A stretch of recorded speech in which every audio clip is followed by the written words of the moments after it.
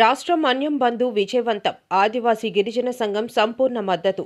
అల్లూరి సీతారామరాజు జిల్లా పాడేరు జి మాడుగుల ఆదివాసీ special DSC నియామకానికి రాష్ట్ర ప్రభుత్వం ఆర్డినెన్స్ జారీ చేయాలి. 100% ఉద్యోగ ఉపాధ్యాయ నియామకం రిజర్వేషన్ చట్టం చేయాలని డిమాండ్ చేస్తూ నేడు రాష్ట్రం మన్యం బంద్ విజయవంతమైంది.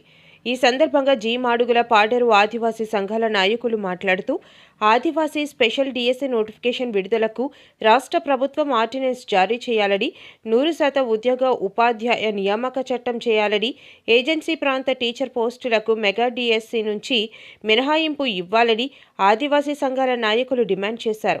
ఈ సందర్భంగా వారు మాట్లాడుతూ రాష్ట్ర ప్రభుత్వం ప్రకటించిన మెగా డిఎస్సి ఏజెన్సీ ఐటీడీఏ పరిధిలో 766 పోస్టులకు ఆదివాసీలకు దక్కేది కేవలం 42 పోస్టులు మాత్రమే. రూల్ ఆఫ్ రిజర్వేషన్ అమలు చేయడంతో ఆదివాసీ యువతకు తీవ్ర అన్యాయం జరిగిందని వారు ఆవేదన వ్యక్తం చేశారు.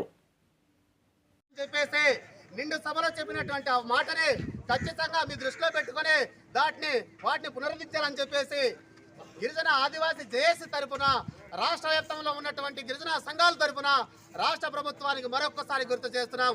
ఒకవైపు సుప్రీంకోర్టు రివ్యూ పిటిషన్ ఉండే ఓల్లో ఉండే, అలాగే అడ్వకేట్ జనరల్ గారికి మేము అడ్వైస్ తీసుకుంటున్నామని చెప్పేసి రాష్ట్రంలో ఉన్నటువంటి ట్రైబల్ అడ్వైజర్ కమిటీ రాష్ట్ర ప్రభుత్వానికి పంపించినటువంటి ఆ నివేదిక ఒకవైపు కొనసాగుతూ ఉండగానే ఇప్పుడు గిరిజన ప్రాంతంలో ఉన్నటువంటి ఈ యొక్క విద్యా ఉద్యోగ విషయాల పట్ల, అలాగే ప్రత్యేక డిఎస్సి పట్ల అటు జనరల్ డిఎస్సిలో కలపడాన్ని తీవ్రంగా దీన్ని ఖండిస్తూ వ్యతిరేకిస్తున్నాము.